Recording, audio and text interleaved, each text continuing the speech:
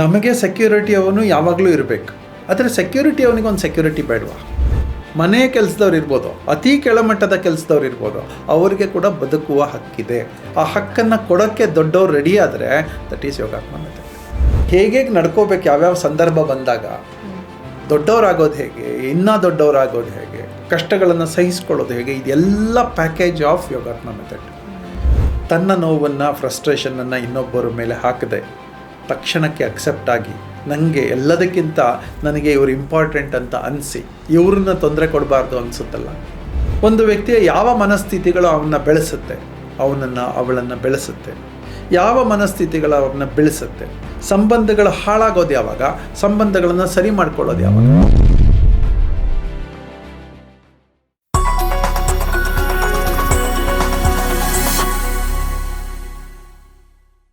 ನಮಸ್ಕಾರ, welcome to GSS ಮಾಧ್ಯಮ. 4M management of mad monkey mind ನಮ್ಮ ಆಲೋಚನೆಗಳನ್ನು, ನಮ್ಮ ಯೋಚನೆ ಮಾಡೋ ರೀತಿಯನ್ನು ಬದಲಿಸ್ತಾ ಇದೆ. ನಮ್ಮ ದಾರಿಗೆ ಒಂದು ಗೈಡ್ ಮಾಡ್ತಾ ಇದೆ. ಹೇಗೆ ಹೋಗಬೇಕು, ಹೇಗೆ ಹೋದರೆ ಸರಿ, ಹೇಗೆ ಯೋಚನೆ ಮಾಡಬೇಕು, ಹೋಗಬೇಕು ಅಂದರೆ. ಸೊ ಇದೆಲ್ಲವೂ beautiful concept under 4M, of course created by Yogatma Srihari ಅವರು. ಅವ್ರ ಜೊತೆ ಒಂದಷ್ಟು ಮಾತಾಡೋಣ. ತುಂಬ ಇಂಪಾರ್ಟೆಂಟ್ ವಿಷಯ ಇದೆ, ನಾನು ತಿಳ್ಕೊಳ್ಳೋಕ್ಕೆ, ನಿಮಗೂ ತಿಳಿಸೋದಕ್ಕೆ. ಹಾಯ್ ಪಾ, ನಮಸ್ತೆ. ಲಾಸ್ಟ್ ಟೈಮ್ ಮಾತಾಡುವಾಗ ನೀವು ನನಗೆ ಕೇಳಿದ್ರಿ, 5 ವರ್ಷಕ್ಕೆ ಮುಂಚೆ ಹೇಗಿದ್ದೆ, ಇವಾಗ ಹೇಗಿದೆಯಾ, ಹೇಗೆ ಸಾಧ್ಯ ಆಯಿತು ಅಂತ. ನಾನು ಅವಾಗ ಒಂದು ಹೇಳಿದೆ, ಯೋಗಾತ್ಮ ಮೆಥಡ್ ಅಂತ ಹೇಳಿಬಿಟ್ಟು. ತುಂಬ ಜನಕ್ಕೆ ಹೆಲ್ಪ್ ಆಗಿದೆ. ನಿಮ್ಮ ಹತ್ತಿರದ ಒಡನಾಟದಲ್ಲಿರೋರಿಗೆ ಪ್ರಾಕ್ಟಿಕಲ್ಲಾಗಿ ಆ ಚೇಂಜ್ ಓವರ್ಸ್ ಗೊತ್ತಾಗಿದೆ, ಆ ಬೆಟರ್ಮೆಂಟ್ಸ್ ಗೊತ್ತಾಗಿದೆ. ಹೇಗಿದ್ದೆ, ಹೇಗಾದೆ ಅಂತ ನೋಡೋದಾದರೆ ಆ ಗುಡ್ ಚೇಂಜ್, ಬೆಟರ್ ಚೇಂಜ್ ಏನಿದೆ ಅಂತ ಗೊತ್ತಾಗಿದೆ. ಆ್ಯಂಡ್ ಲಾಸ್ಟ್ ವೀಕ್ ನಾನು ನಿಮ್ಮ ಹತ್ರ ಟಿಪಿಕಲ್ ಯೋಗ ಅಂತ ಹೇಳಲ್ಲ, ಬಟ್ ನಿಮ್ಮ ಹತ್ರ ಟ್ರೈನಿಂಗಿಗೆ ಬರುವ ಒಂದಷ್ಟು ಜನದ ಹತ್ರ ಮಾತಾಡಿದೆ. ಅವ್ರ ಹತ್ರ ಮಾತಾಡಿದಾಗ 4 ದಿನದ ಒಂದು ಬ್ಯಾಚದು, 4 ದಿನದ ಒಂದು ಕ್ಲಾಸಲ್ಲಿ ಅವರಲ್ಲಿ ಆದಂಥ ಬದಲಾವಣೆ ಅಥವಾ ಅಬ್ಸರ್ವೇಷನ್, ಸಣ್ಣ ಸಣ್ಣ ಸೂಕ್ಷ್ಮಗಳು ಹೇಗೆ ಅವ್ರಿಗೆ ಬೆಟರ್ ಅಪ್ರೋಚ್ ಕೊಡ್ತಾ ಇದೆ ಅವ್ರ ಯೋಚನೆಗಳಿಗೆ ಅನ್ನೋದನ್ನ ಹೇಳಿದ್ರು. ಹೇಗೆ ಸಾಧ್ಯ ಅಂತ ಅವ್ರನ್ನೂ ಕೇಳಿದೆ. ಅವರು ಅದನ್ನೇ ಹೇಳಿದ್ದು, ಯೋಗಾತ್ಮ ಮೆಥಡ್ ಆಫ್ ಲಿವಿಂಗ್ ಅಂದರೆ ಬದುಕೋದಕ್ಕೆ ಒಂದು ರೀತಿ ನೀತಿ ಇದೆ, ಅದು ನಿಮ್ಮ ಅಪ್ರೋಚ್, ನೀವು ಅವರಿಗೆ ಟ್ರೈನ್ ಮಾಡಿದ್ದೀರಾ ಅಂತ. ನನಗನ್ನಿಸ್ತು, ಯಾಕೆ ಇದನ್ನು ನಮ್ಮ ಆಡಿಯನ್ಸ್ಗೆ ತಿಳಿಸಬಾರ್ದು, ಏನದು ಯೋಗಾತ್ಮ ಮೆಥಡ್ ಇನ್ ಪರ್ಟಿಕ್ಯುಲರ್ ಅಂತ. Can you please tell us that? 1-2 ಅಲ್ಲ, 100,000 ಕ್ವಾಲಿಟೀಸ್ ಒಳಗೆ ಬಂದರೆ ಒಂದು ಯೋಗಾತ್ಮ ಮೆಥಡ್ ಆಗುತ್ತೆ. ಲಾಸ್ಟ್ ಟೈಮು ಹೇಳಿದ್ದೆ, ಯೋಗ ಅಂದರೆ ಏನು, ಆರಾಮಾಗಿರೋದು ಅಂತ ಯೋಗ. ಆತ್ಮ ಅಂದರೆ ಏನು, ನಾವು ಇದನ್ನು ಕಾನ್ಷಿಯಸ್ ಅಂತ ಹೇಳ್ತೀವಿ. ಕಾನ್ಷಿಯಸ್ ಆಗಿದ್ದೂ ಕೂಡ ಆರಾಮದಲ್ಲಿದ್ದೀವಿ ಅಂತ. ನಮ್ಮ ಎದುರುಗಡೆ ಏನೋ ತಪ್ಪುಗಳಾಗ್ತಾಯಿದೆ, ಗೊತ್ತಾಗ್ತಾ ಇದೆ, ನಾವು ಆ ತಪ್ಪಲ್ಲಿ ಭಾಗಿಯಲ್ಲ. ಇದೊಂದು ಕಾನ್ಷಿಯಸ್ ಲಿವಿಂಗ್. ಅಲ್ಲಿ ತಪ್ಪಾಗ್ತಾ ಇದೆ, ಅಥವಾ ಅಲ್ಲೊಂದು ಹಳ್ಳ ಇದೆ, ಅಲ್ಲೊಂದು ತೊಂದರೆ ಆಗ್ತಾ ಇದೆ, ನಾನು ಹೋಗಲ್ಲ ಅಲ್ಲಿಗೆ. ಇದೊಂದು ಕಾನ್ಷಿಯಸ್ ಲಿವಿಂಗ್ ಅಂತ. ಹೀಗೆ ಎಂತಹ ವರ್ಸ್ಟ್ ಸಿಚುಯೇಷನಲ್ಲೂ ನಮ್ಮತನವನ್ನು ನಾವು ಮಾರ್ಕೊಳ್ಳದೆ ಇರುವುದಿದೆಯಲ್ಲ, that is called Yogatma method of living ಅಂತ. ನಾನು ಅಭ್ಯಾಸ ಮಾಡ್ಕೊಂಡು ಬಂದಿರೋದು.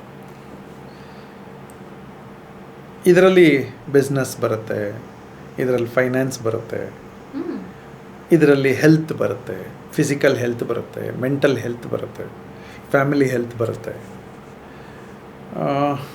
ಪ್ರಪಂಚದಲ್ಲಿ ಬದುಕೋಕ್ಕೆ ಏನೇನು ಬೇಕೋ ಎಲ್ಲವೂ ಇದರಲ್ಲಿ ಬರುತ್ತೆ. ಇಷ್ಟರಲ್ಲೂ ನಾವು ಹೆಂಗೆ ನಡ್ಕೊತಾ ಇದ್ದೀವಿ ಅಂತ. ಆ ಟೈಟಲ್ ಯೋಗಾತ್ಮ ಮೆಥಡ್ ಅಂತ, ಯೋಗ ಅಂತ ಬಂದಿದ ತಕ್ಷಣ ಏನೋ ಯೋಗ ಪ್ರಾಣಾಯಾಮ ರೀತಿನಲ್ಲೇನೋ ಅಂತ ಅನಿಸ್ಬಿಡುತ್ತೆ.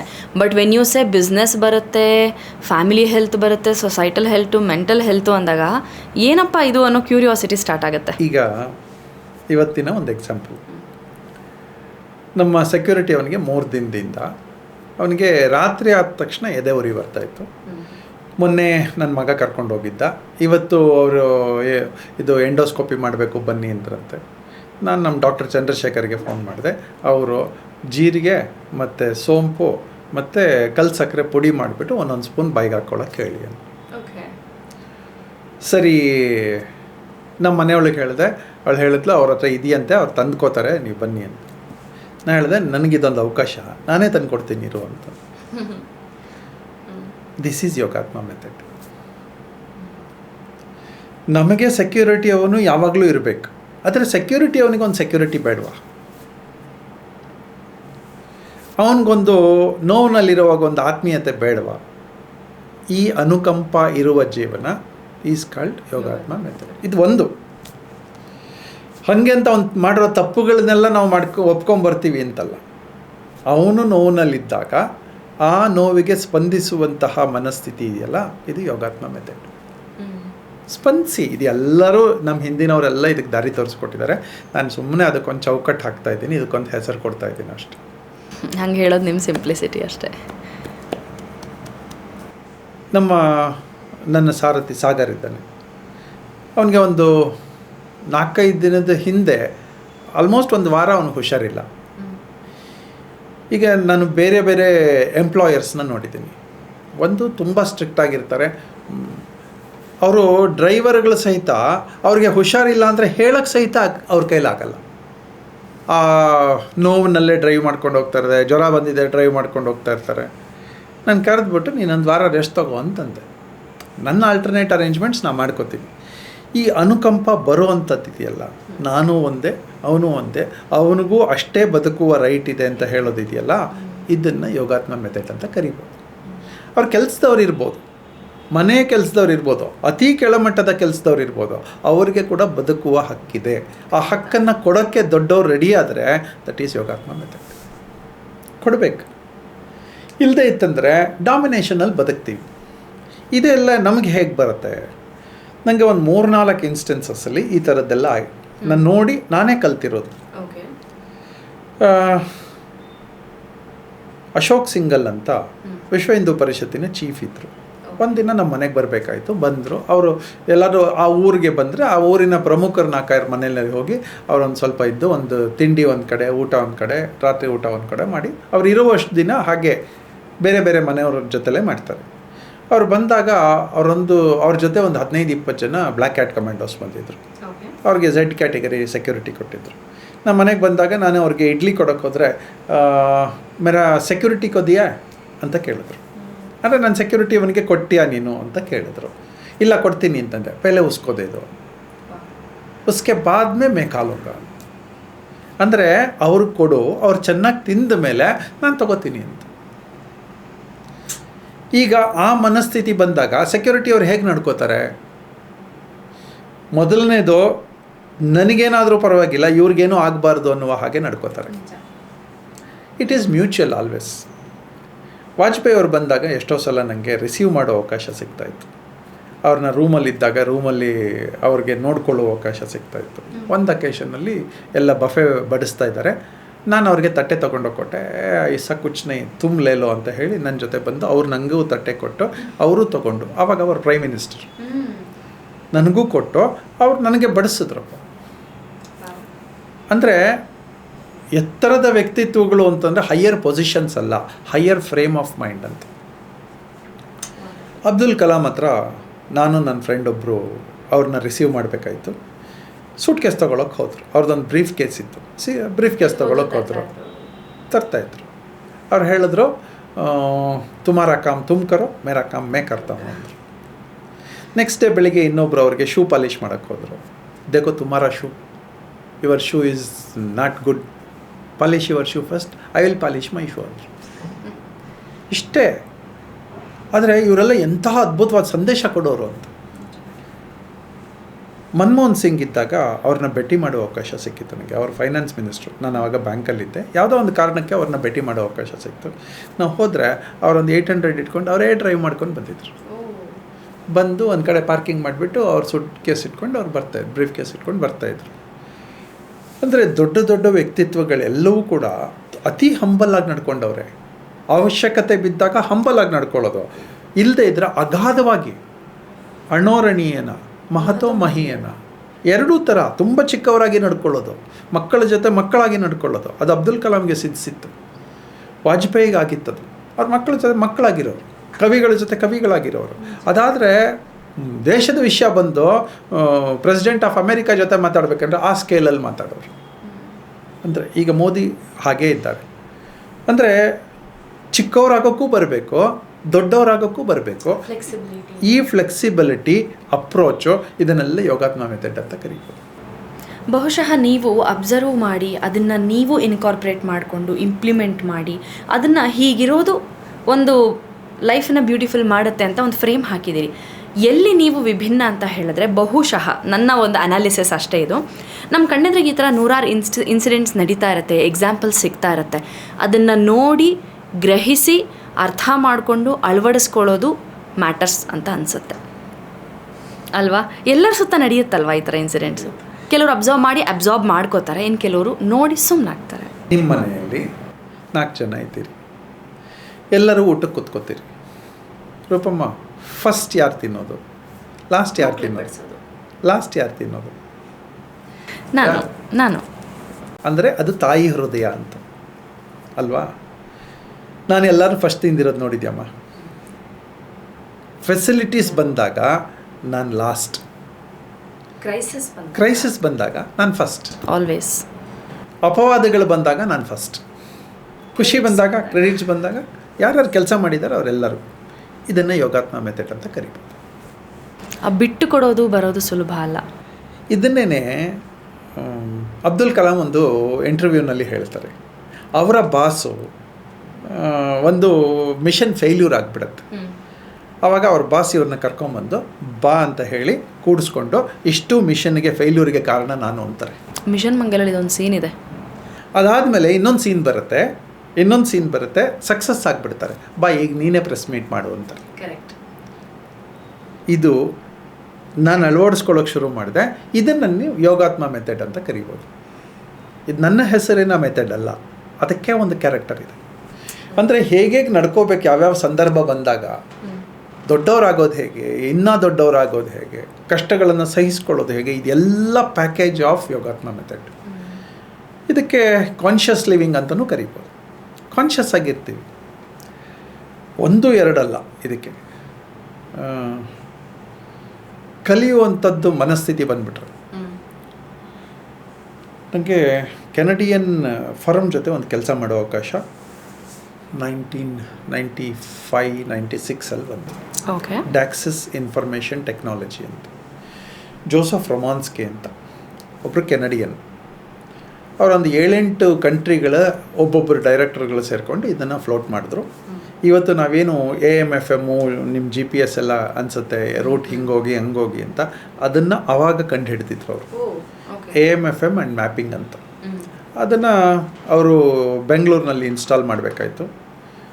ಅವ್ರಿಗೆ ಲೋನ್ ಬೇಕಾಗಿತ್ತು, ಅದಕ್ಕೋಸ್ಕರ ನಮ್ಮನ್ನು ಕನ್ಸಲ್ಟೆಂಟ್ಸ್ ಆಗಿ ತೊಗೊಂಡಿದ್ರು. ಫೀಸ್ ಕೊಡ್ತೀವಿ ಅಂದರು, ಮಾಡ್ತಿದ್ವಿ. ಒಂದು ಇಂಟರ್ವ್ಯೂ ಕರಿಬೇಕಾಗಿತ್ತು, ಫೈನಾನ್ಷಿಯರ್ಸು ಅವ್ರ ಜೊತೆ ಮಾತಾಡಬೇಕು ಅಂತ. ಸೊ ಜೋಸೆಫ್ ರೊಮಾನ್ಸ್ಕಿ ಕೆನಡದಿಂದ ಬಂದವನು ನಮ್ಮ ಜೊತೆ ಹಾಗೆ ವಿಶ್ ಮಾಡ್ಕೊಂಡು ಬಂದ. ಲಗೇಜೆಲ್ಲ ಆಯಿತು, ರೂಮಲ್ಲಿ ಹೇಳ್ಕೊಂಡ. ನೆಕ್ಸ್ಟ್ ಡೇ ಬೆಳಗ್ಗೆ ಇದಕ್ಕೆ ಬರಬೇಕಾಯಿತು, ಫೈನಾನ್ಷಿಯಲ್ ಇನ್ಸ್ಟಿಟ್ಯೂಷನ್ಗೆ ಬರ್ತಾ ಇದ್ದ ಹಾಗೆಯೇ ಅವರು ಇವತ್ತು ಬೆಳಗ್ಗೆ ಆಗಲ್ಲ, 10 o'clock was the schedule given to you, the board meeting may call you after 12:30 ಅಂತಂದರು. ಸರಿ, ಆರಾಮಾಗಿ ಟೈಪ್ ಮಾಡ್ಕೊಂಡು ಕೂತಿದ್ದ, ಲ್ಯಾಪ್ಟಾಪ್ ಎಲ್ಲ ತಂದಿದ್ದ, ಟೈಪ್ ಮಾಡ್ಕೊಂಡು ಕೂತಿದ್ದ. 12:30 ಆಯಿತು. ಸುಮ್ಮನೆ ನನ್ನ ಕಡೆ ಹಿಂಗೆ ನೋಡ್ದ, ಅಲ್ಲಿ ಚೆಕ್ ಅಂತ ಹೇಳಿಬಿಟ್ಟು ಒಳಗೆ ನೋಡಿದ್ರೆ ಇನ್ನೂ ಯಾರೂ ಬೋರ್ಡ್ ಮೀಟಿಂಗಿಗೆ ಬಂದಿರಲಿಲ್ಲ. ಆಮೇಲೆ 2 ಗಂಟೆ ಅಷ್ಟೊತ್ತಿಗೆ ಬಂದರು, ಟೀ ಕುಡಿದ್ರು. ಆಮೇಲೆ 2:30 ಊಟ ಮಾಡಿದ್ರು, 3 ಗಂಟೆ ತನಕ. 4 ಗಂಟೆಗೆ ಕರೆದ್ರು, 4 ಗಂಟೆಗೆ ವಿಲ್ ಕಾಲ್ ಯು ಅಂತಂದರು. ಆಮೇಲೆ ಅಷ್ಟೊತ್ತಿಗೆ ಇನ್ಯಾವುದೋ ಇನ್ನೊಂದಿತ್ತು, ಅವ್ರನ್ನ ಕರೆದ್ರು. You are not called today, you will be called next tomorrow ಅಂತಂದರು. ಸೊ ಹೀಗೆ 3 ದಿನ ಕಳಿಸ್ಬಿಟ್ಟು ನಮ್ಮನ್ನು. 3 ದಿನ ಆದಮೇಲೆ you are not needed, will communicate our decision ಅಂತಂದರು.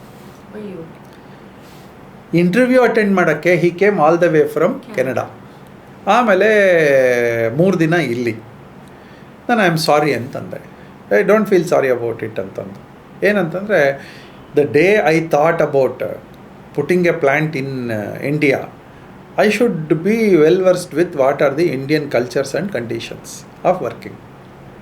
ನನಗೆ ಲಗೇಜ್ ಬರೋದು ಫ್ಲೈಟಿಂದ 4 ಗಂಟೆ ಲೇಟ್ ಆಯಿತು. ಅವತ್ತೇ ಗೊತ್ತಾಯಿತು ನನಗೆ ಒಣಗಬಾರ್ದು, ನಾನು ಅಡ್ಜಸ್ಟ್ ಆಗಬೇಕು ಇದಕ್ಕೆ ಅಂತ. ಸೊ 3 ದಿನ ನಾನೇನು ಟೈಮ್ ವೇಸ್ಟ್ ಮಾಡ್ಕೊಳ್ಳಿಲ್ಲ. ಅಲ್ಲಿ ನನ್ನ ಊರಲ್ಲಿ ಕೂತ್ಕೊಂಡು ನನ್ನ ಆಫೀಸಲ್ಲಿ ಕೆಲಸ ಮಾಡಿದಂಗೆ ನಾನು ಇಲ್ಲಿ ಮಾಡ್ತಾಯಿದ್ದೆ ಅಷ್ಟೇ. Place was different, but my work was intact ಅಂತ.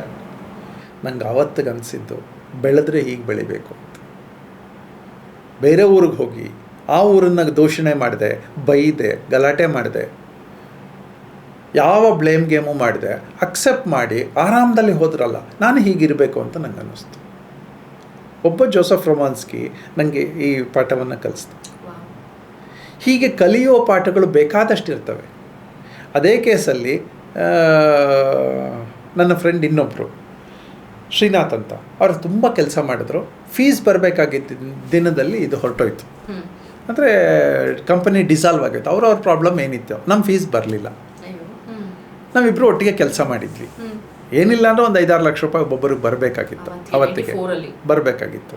ಹೇಳಿದೆ, ಸರ್ ಹಿಂಗೆ ಆಗೋಗಿದೆ ಅಂತ ಪ್ರಾಮಾಣಿಕವಾಗಿ ಹೇಳಿದೆ. ಸರ್ ಕಂಪನಿ ಡಿಸಾಲ್ವ್ ಆಗೋಗಿದೆ ಅಂತ. 2 ಕೆಲಸ ಇತ್ತು. ಒಂದು ಕ್ಲೈಂಟನ್ನು ತೊಗೊಂಬರುವುದು ನಂದಾದರೆ ಅದನ್ನ ಎಕ್ಸಿಕ್ಯೂಟ್ ಮಾಡಿಕೊಡೋದ್ರಲ್ಲಿ ಅವ್ರ ಪಾತ್ರ ಇತ್ತು. ಅವರು ಫೈನಾನ್ಷಿಯಲ್ ಇನ್ಸ್ಟಿಟ್ಯೂಷನಿಂದನೇ ಬಂದದ್ದು. ಅಯ್ಯೋ ಅಷ್ಟೇ ಅಲ್ವಾ ಹರಿ, ಬಿಡಿ ಪರವಾಗಿಲ್ಲ ಅಂತ. ಎಷ್ಟು ಫಾಸ್ಟಾಗಿ ಅಡ್ಜಸ್ಟ್ ಅಂದರು ಅಂದರೆ, ಒಂದೇ ಪ್ರಾಜೆಕ್ಟಲ್ಲಿ ನನಗೆ 2 ಕಲಿಕೆಗಳು ಸಿಕ್ತು. ನೋವು, ಆ ಪ್ರಾಬ್ಲಮ್ ಇದೆ, ದುಡ್ಡಿಗೆ ಬರ ಇದೆ, ನನಗೆ ಬಾಡಿಗೆ ಕಟ್ಟಬೇಕು, ಎಲ್ಲ ಇದೆ, ಹೊರಗೆ ಬಂದುಬಿಟ್ಟಿದ್ದೀನಿ, ಎಸ್ಟಾಬ್ಲಿಷ್ ಆಗಬೇಕು, ಮನೆ ನಡೆಸಬೇಕು. ಆದರೆ ಇಷ್ಟರ ಮಧ್ಯದಲ್ಲೂ ಕೂಡ ನನಗೆ ಕಲಿಕೆ ಸಿಕ್ತಲ್ಲಿ. ಜೋಸೆಫ್ ರೊಮಾನ್ಸ್ಕಿ ಥರ ಬದುಕೋದು ಹೇಗೆ, ಶ್ರೀನಾಥ್ ಥರ ಬದುಕೋದು ಹೇಗೆ ಅಂತ. Srinath was my senior and chartered accountant. So ಇದಾಯಿತು. ಹಾಗೆ laser vision Australia technology private limited ಅಂತ ಒಂದು ಮಹೇಶ್ ಬಾಬು ಅಂತ ನನ್ನ ಫ್ರೆಂಡು, ಅವರೊಂದು ತೊಗೊಂಬಂದರು. ಅದೊಂದು 6 ತಿಂಗಳು ಕೆಲಸ ಮಾಡಿದ್ವಿ. 6 ತಿಂಗಳು ಕೆಲಸ ಮಾಡಿ ನಾವು ಲಾಂಚ್ ಮಾಡಬೇಕು, ಅದನ್ನು ಆ ಪ್ರಾಡಕ್ಟ್ ಲಾಂಚ್ ಮಾಡಬೇಕು. ಅವತ್ತು ಮಧ್ಯಾಹ್ನ ಅದರ ಚಿಪ್ಸು ಎಲ್ಲ ಬರ್ನ್ ಆಗೋಯಿತು. ಸೊ ನಮಗಾಗಲೇ ಇಲ್ಲ, ಎಲ್ಲ ಮುಗೀತು. ಅದರಷ್ಟೊತ್ತಿಗೆ ಒಂದು 15-20 ಲಕ್ಷ ಖರ್ಚಾಗಿತ್ತು ಓನರ್ಸ್ಗೆ. ನಾನು ಕನ್ಸಲ್ಟೆಂಟ್ ಆಗಿದ್ದೆ, ಅದಕ್ಕೆ ಕೆಲಸ ಮಾಡ್ತಾಯಿದ್ದೆ, ಫೆಸಿಲಿಟೇಷನ್ ಕೆಲಸ ನಾನೇ ಮಾಡ್ತಾಯಿದ್ದೆ. ನನಗೂ ದುಡ್ಡು ಬರಲಿಲ್ಲ. ಆದರೆ ಮಹೇಶ್ ಬಾಬು ಅವತ್ತು ಹೋಗಲಿ ಬಿಡಿ ಹರಿ, ಪರವಾಗಿಲ್ಲ, ಏನು ಮಾಡೋಕ್ಕಾಗುತ್ತೆ ಅಂತಂದರು. ನೆಕ್ಸ್ಟ್ ಡೇ ಬೆಳಿಗ್ಗೆ ಬನ್ನಿ ಎಲ್ಲರೂ ಹೊರಗೆ ಸುತ್ತಾಕೊಂಬರೋಣ ಅಂತ ಹೇಳಿ ಬಂದವ್ರನ್ನೆಲ್ಲ ಕರ್ಕೊಂಡೋಗಿ ಊಟ ಮಾಡಿಸಿ ತಿನ್ನಿಸಿ ಒಳ್ಳೆ ಎಂಜಾಯ್ಮೆಂಟ್ ಕೊಟ್ಟು ಕಳಿಸ್ಕೊಟ್ರು. ಒಳಗಡೆ ಅಷ್ಟೇ ಅವ್ರಿಗೆ ಗೊತ್ತಿದ್ದದ್ದು ನೋವೆಲ್ಲ, ಆದರೆ ಯಾರಿಗೂ ತೋರಿಸ್ಕೊಳ್ಳಿಲ್ಲ. ಈ ತೋರಿಸ್ಕೊಳ್ಳದೇ ಇರುವ ಮೆಥಡ್ ಇದೆಯಲ್ಲ, ಇದನ್ನು ಯೋಗಾತ್ಮ ಮೆಥಡ್ ಅಂತ ಕರೀಬೇಕು. ತನ್ನ ನೋವನ್ನು, ಫ್ರಸ್ಟ್ರೇಷನನ್ನು ಇನ್ನೊಬ್ಬರ ಮೇಲೆ ಹಾಕದೆ ತಕ್ಷಣಕ್ಕೆ ಅಕ್ಸೆಪ್ಟ್ ಆಗಿ, ನನಗೆ ಎಲ್ಲದಕ್ಕಿಂತ ನನಗೆ ಇವರು ಇಂಪಾರ್ಟೆಂಟ್ ಅಂತ ಅನಿಸಿ ಇವ್ರನ್ನ ತೊಂದರೆ ಕೊಡಬಾರ್ದು ಅನಿಸುತ್ತಲ್ಲ, ಅದು ಯೋಗಾತ್ಮ ಮೆಥಡ್. ಯಾರ್ಯಾರು ಇದನ್ನ ಅಳವಡಿಸ್ಕೋಬೋದು? ಮನೆಯಲ್ಲಿ ಗಂಡ ಹೆಂಡತಿ ಇದನ್ನ ಅಳವಡಿಸ್ಕೋಬೋದು. ನಾವು ಮಾತೆತ್ತಿದ್ರೆ ಬ್ಲೇಮ್ ಗೇಮಿಗೆ ಬರ್ತೀವಲ್ವಾ, ಬ್ಲೇಮ್ ಗೇಮೇ ಮಾಡಿದೆ, ನಾನು ಇನ್ನೊಂದು 20-30 ವರ್ಷ ಇವಳ ಜೊತೇಲಿ ಇರಬೇಕು ಅಂತ ನಂಗೆ ಅನ್ನಿಸ್ಬೇಕು, ನಮ್ಮ ಮನೆಯೊಳಗೆ ಅನ್ನಿಸ್ಬೇಕು. ನಾನು ಇನ್ನೊಂದು 30 ವರ್ಷ ಇವನ ಜೊತೇಲಿ ಇರಬೇಕಲ್ಲ, ನಾನು ಯಾಕೆ ಬ್ಲೇಮ್ ಗೇಮ್ ಮಾಡಲಿ ಅಂತ ಇಬ್ಬರಿಗೂ ಅನಿಸಿದ್ರೆ that method is called Yogatma method. Blame game ಇರಬಾರ್ದು. ಒಂದು ಸಲ ನಾನು ತಪ್ಪು ಮಾಡಿರ್ತೀನಿ, ಒಂದು ಸಲ ನಮ್ಮ ಮನೆಯೊಳಗೆ ತಪ್ಪು ಮಾಡಿರ್ತಾರೆ. ಸಾಧ್ಯ ಆದಷ್ಟು ಇದು ಆರಾಮ ಇರಬೇಕು, ಬ್ಲೇಮ್ ಮಾಡೋಕ್ಕೆ ಹೋಗ್ಬಾರ್ದು. ಇವಾಗ ಈ ಯೋಗಾತ್ಮ ಮೆಥಡ್ ಆಫ್ ಲಿವಿಂಗ್ ಅನ್ನೋದು ಏನಾರ ಕೋರ್ಸಾ ಕಲ್ತ್ಕೊಳ್ಳೋದು? ಇಲ್ಲ, ನನ್ನ ಜೊತೆ ಬದುಕೋಕೆ ಬಂದರೆ ಸಾಕು, ನನ್ನ ಜೊತೆ ನೀವೆಲ್ಲ ಬದುಕಿ. ಯಾಕಂದರೆ ಮುಂದಿನ ಪ್ರಶ್ನೆ ಅದೇ ಬರುತ್ತೆ, ನಾನು ಇದನ್ನು ಕಲ್ತ್ಕೋಬೇಕು ಸರ್, ನಾನು ಎಲ್ಲಿ ಬರಲಿ, ಏನು ಮಾಡಲಿ? ಫಸ್ಟಿಂದ ನನ್ನ ಎಪಿಸೋಡ್ಸ್ ನೋಡ್ಕೊಂಡು ಬನ್ನಿ. ಎಸ್, ನಾನು ಅದನ್ನೇ ಹೇಳಬೇಕಂತಿದ್ದೆ. ಎಲ್ಲದರಲ್ಲೂ ಮೆನ್ಷನ್ ಮಾಡಿದ್ದೀನಿ. ಸೋಲದೇ ಇರುವುದು ಹೇಗೆ, ಬದುಕುವುದು ಹೇಗೆ, ಆರಾಮದಲ್ಲಿ ಬದುಕುವುದು ಹೇಗೆ, ಬದುಕಿಸುವುದು ಹೇಗೆ, ಕೊರಗದೆ ಇರೋದು ಹೇಗೆ, ಸಂಪಾದನೆ ಮಾಡುವುದು ಹೇಗೆ, ಬೆಳೆಯುವುದು ಹೇಗೆ. ಇದೆಲ್ಲ ಕ್ವಾಲಿಟೀಸ್ ಬರ್ತಾ ಇದ್ದಂಗೆ ಧೈರ್ಯ ಬಂದ್ಬಿಡುತ್ತೆ. ಬ್ಯುಸಿ ಆಗಿರುವುದು ಹೇಗೆ, ಕೆಲಸ ಮಾಡಿ ಎಕ್ಸ್ಪೆಕ್ಟ್ ಮಾಡದೇ ಇರುವುದು ಹೇಗೆ, ನನ್ನ ಜೊತೆ ನನ್ನ ಕೆಲಸ ಮಾಡ್ಕೊಳ್ಳೋದ್ರ ಜೊತೆ ಇನ್ನು 10 ಜನರ ಕೆಲಸ ಮಾಡುವುದು ಹೇಗೆ, ಸಂಬಂಧಗಳನ್ನ ಉಳಿಸ್ಕೊಳ್ಳೋದು ಹೇಗೆ, ಇದೆಲ್ಲ ಯೋಗಾತ್ಮ ಮೆಥಡೇನೆ. ಮೊದಲಿಂದಲೂ ಇದೆಲ್ಲ ಹೇಳ್ಕೊಂಡು ಬಂದಿದ್ದೀನಿ. ಈಗ ನಂಗೆ ಅನ್ನಿಸ್ತು ಇದಕ್ಕೊಂದು ಕ್ಯಾಪ್ಷನ್ ಕೊಟ್ಟು ಒಂದು ಸಿಲೆಬಸ್ ಥರ ಮಾಡೋಣ ಅಂತ ನಂಗೆ ಅನಿಸಿದೆ, ಬುಕ್ಕಿನ ರೀತಿಯಲ್ಲಿ ತರೋಣ ಅಂತ ಅನಿಸಿದೆ. ತಂದರೆ ಸುಮ್ಮನೆ ಸಿಂಪಲ್ ಹೇಳ್ತೀನಿ, 3 ಹೊತ್ತು ಕೊರಗದೆ ಇರೋದು ಹೇಗೆ ಅಂತಂದರೆ ಬಿ ಬ್ಯುಸಿ ಅಂತ ಅಷ್ಟೆ. Being busy is business. ಇದಕ್ಕೆ ನಮ್ಮಲ್ಲಿ ಒಂದು ಮಾಡಿಸ್ತೀನಿ, ಒಂದು 4 ಮಾಡಿ ಹತ್ತಬೇಕು. ಒಂದು ಎಕ್ಸಸೈಸ್, ಒಂದು ಆ್ಯಕ್ಟಿವಿಟಿ 4 ಮಾಡಿ ಹತ್ತಬೇಕಂತಂದ್ರೆ ಅಯ್ಯೋ ಕಾಲು ಹಿಂಗೆ ಅಂದ್ಕೊಂಡು ಬೇಜಾರಲ್ಲಿ ಬರ್ತಾರೆ ಅಲ್ವಾ, ಎಣಿಸ್ಕೊಂಡು ಬನ್ನಿ ಅಂತ ಹೇಳ್ತೀವಿ. ಎಣಿಸ್ಕೊಂಡು ಬನ್ನಿ ಅಂತ ಡೈವರ್ಟ್ ಆಗೋಗುತ್ತೆ. ನಾನು ಶಬರಿಮಲೆ ಹತ್ತಬೇಕಾದ್ರೆ ಎಷ್ಟು ಮೆಟ್ಲಿಲ್ಲ, ಅಲ್ಲಿ ಎಷ್ಟು ಹೆಜ್ಜೆ ಇಡ್ತಾ ಇದ್ದೀನಿ ಅಂತ ಎಣಿಸ್ತಾ ಇದ್ದೆ. 10,000, 15,000, 20,000 ಹೆಜ್ಜೆ ಇಡಬೇಕು ಎಣಿಸ್ತಾ ಇದ್ದೆ. ಅಷ್ಟು ನನ್ನ ಮೈಂಡ್ ಡೈವರ್ಟ್ ಆಗ್ತಾಯಿತ್ತು, ಎಂಗೇಜ್ ಆಗ್ತಾಯಿತ್ತು. So B busy if your lower mind should not open up. Lower mind open ಆಗುತ್ತಾ, ಅಯ್ಯೋ ಕಷ್ಟ, ಕಾಲು ಸುಡ್ತಾ ಇದೆ, ಚುಚ್ತಾ ಇದೆ. ಈ ಕೊರಗುವ ಮೈಂಡನ್ನು ದೂರ ಮಾಡಬೇಕಂತಂದರೆ ಬಿ ಬ್ಯುಸಿ. ಪ್ರೊಡಕ್ಟಿವ್ ಆ್ಯಕ್ಟಿವಿಟಿಗಳಲ್ಲಿ ಜೋಡಿಸ್ಕೊಂಡ್ರೆ ಆಯಿತು. ನನಗೀಗ 3 ಗಂಟೆಗೆ ಎಚ್ಚರ ಆದರೆ 3 ಗಂಟೆಯಿಂದ ರಾತ್ರಿ 10 ಗಂಟೆವರೆಗೂ ಕೆಲಸ ಮಾಡಿರ್ತೀನಿ. ಇದು ನನ್ನ ಆಫೀಸ್ ಕೆಲಸನೇ ಅಂದರೆ ಅಲ್ಲ, ಎಲ್ಲರ ಕೆಲಸವನ್ನು ತೊಗೊಂಡು ಮಾಡ್ತೀನಿ. ಇದು ನನಗೆ ಖುಷಿ ಕೊಟ್ಟಿದೆ, ನನಗೆ ಆರೋಗ್ಯನೂ ಕೊಟ್ಟಿದೆ, ನನಗೆ ಎಂಗೇಜ್ಮೆಂಟ್ ಕೊಟ್ಟಿದೆ. ಅಂದರೆ ನಾನು ಎಂಗೇಜ್ ಆಗಿರ್ತೀನಿ. ಈ ಥರದ ಬೇಕಾದಷ್ಟು methods is called Yogatma method. ಇದರ ಮುಂದಿನ ದಿನಗಳಲ್ಲಿ ಒಂದೊಂದೇ ಕೇಸ್ ಹಿಸ್ಟ್ರಿ ಹೇಳ್ತೀನಿ. ಒಂದು ವ್ಯಕ್ತಿ ಹೇಗೆ ಬೆಳೀಬಹುದು, ಹೇಗೆ ಬೀಳಬಹುದು, ಒಂದು ವ್ಯಕ್ತಿಯ ಯಾವ ಮನಸ್ಥಿತಿಗಳು ಅವನ್ನ ಬೆಳೆಸುತ್ತೆ, ಅವಳನ್ನು ಬೆಳೆಸುತ್ತೆ, ಯಾವ ಮನಸ್ಥಿತಿಗಳು ಅವ್ರನ್ನ ಬೆಳೆಸುತ್ತೆ, ಸಂಬಂಧಗಳು ಹಾಳಾಗೋದು ಯಾವಾಗ, ಸಂಬಂಧಗಳನ್ನು ಸರಿ ಮಾಡ್ಕೊಳ್ಳೋದು ಯಾವಾಗ, ಇದೆಲ್ಲವೂ ಯೋಗಾತ್ಮ ಮೆಥಡೇ. ಇದಕ್ಕೊಂದು ಆರ್ಗನೈಸ್ ಸ್ಟ್ರಕ್ಚರ್ ಕೊಡ್ತಾ ಇದ್ದೀನಿ. ಬುಕ್ಕಾಗಿ ಬರುತ್ತೆ, ಸೀರಿಯಲ್ ಆಗಿಯೂ ಬರುತ್ತೆ. ಖಂಡಿತ, we are eagerly waiting. Thank you very much.